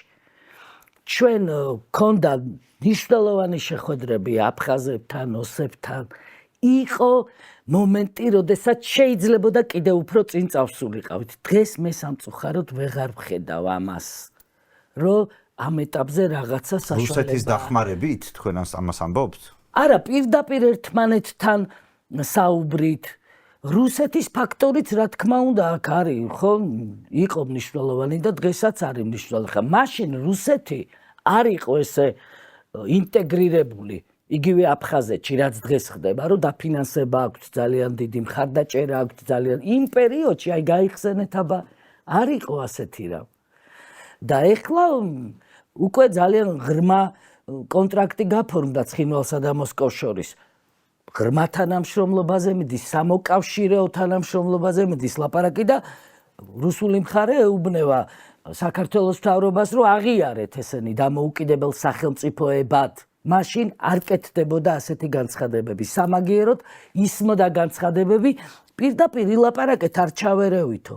არ ჩავერევით, ელაპარაკეთ აფხაზებს, ელაპარაკეთ ოსებს და ამას ვაკეთებდით ჩვენ. მაგრამ სამწუხაროდ ვერ მივედით სასურველ შედეგამდე. და ცუდი ის არის, რომ დღესაც ამ გადასახედიდან მე რო უყურებ, ვითარება უფრო და უფრო მძიმდება. და მე მგონია, რომ ეს ტერიტორიული საკითხი ამათვის ტვირთი არის. ტვირთი, იმიტომ რომ ასეთი მარტივი არ არის, რო გითხრა, რომ ბრუნდება ეს ხალხი და ერთიანდება სახელმწიფო. ეს სერიოზული საკითხია, იმიტომ რომ იმ უამრავი ეკონომიკური ინტეგრაცია, მერე საჭირო პოლიტიკური ინტეგრაცია, სოციალური და მე ვსვამ კითხვას, ამათ ინტერესში შედის კი ესა? ჩემი აზრით არა, მე ვერ ვხედავ, რომ ამათ აინტერესებთ ისე როგორც არის. და ამასობაში ჩვენი შვილების თაობისთვის ის აღარ არის უკვე დაკარგულია. და ისე როგორც ჩვენ გვენატრება, ჩვენ გვიყვარს, ჩვენ ვხედავთ სოხუმს, ცხინვალს, ჩვენი შვილების თაობა ასე აღარ ხედავს. სამწუხაროდ. დიდი მადლობა საინტერესო საუბრისთვის. წარმატებებს გისურვებთ. მადლობა.